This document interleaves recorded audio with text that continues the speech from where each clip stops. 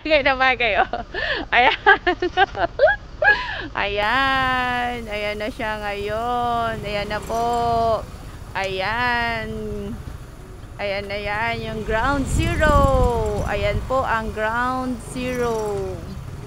Ayan, ang ganda na, 'di ba? Ayan. Dito yung sinasabi ninyong maraming. Ayan, diyan po yung maraming mga namatay na naglabanan ng halos inabot ng 5 months. Ayan po. Tinawag na siya ngayong ground zero dahil po sa nangyaring labanan ng mga sundalo at ng ISIS. Ayan yung mga bahay na. Ayan po yung mga mga nasirang bahay nung naglabanan sila na halos 5 months po ang inabot ng labanan ng mga sundalo at ISIS, which is Islamic State of Iraq and Syria. Yun. So ginawa na po siyang park, peace park. Ayan.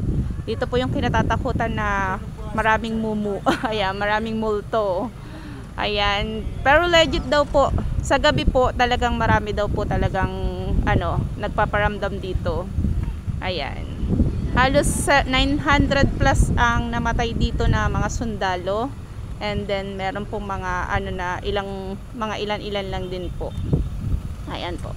O, 'di ba ang ganda? Kung titingnan natin, pero sa gabi nakakatakot pumasok.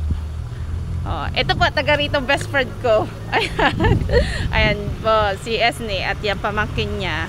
Ayan, engineer po. Subscribe, like, and share.